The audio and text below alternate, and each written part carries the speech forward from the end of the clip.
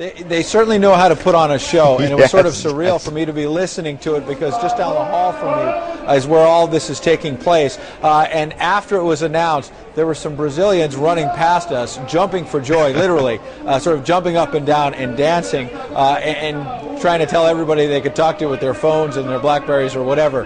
Bottom line, I think, also, is to think about the pitch that we saw earlier today from Rio. They have a very charismatic leader.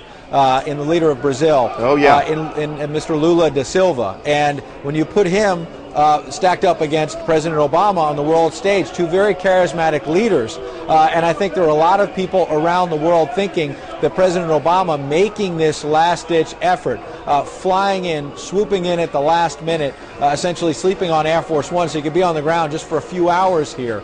Many people around the world thought that would be such a big boost for Chicago. And seeing the contrast between the joy that Brazilians down the hall from me were shouting and cheering compared to the sort of shrieks of just sort of shock. Right, sure. Just maybe an hour or so ago when Chicago was the first one to be knocked out. And I think it's important to point out the case that Rio was making.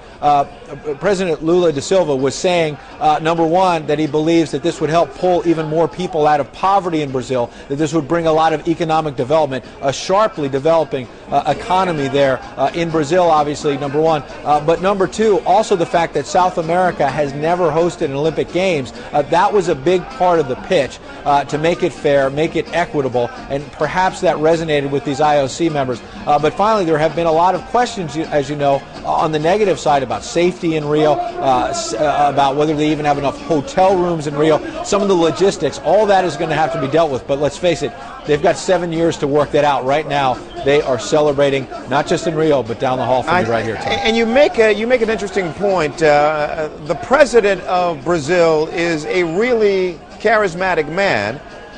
He and President Obama, by all accounts, have a really good relationship.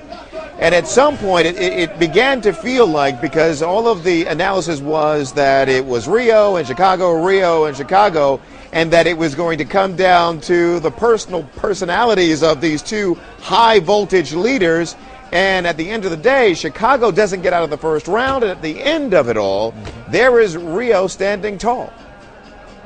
And you're right, and I remember just a few days ago back in Washington, I sat right next to the First Lady in the State Dining Room back in Washington, and she was at the White House at a round table with reporters, and she recounted that just a week ago in Pittsburgh, President Obama was sitting down with President Lula da Silva in Pittsburgh at the G20 summit.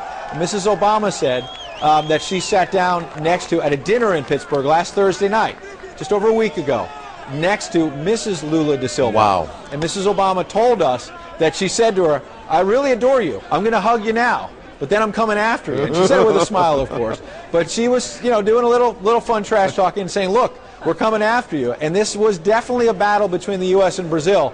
And let's also not forget that at a previous summit, I remember that after the Brazilian soccer team beat the U.S.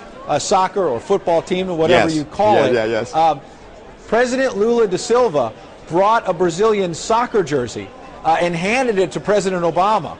A little bit of in your face, here, enjoy this Brazilian soccer jersey, Mr. President. Our soccer team just beat yours. And now you think about what transpired last week in Pittsburgh and then what transpired today. One of the reasons why a lot of Brazilians today are pretty happy.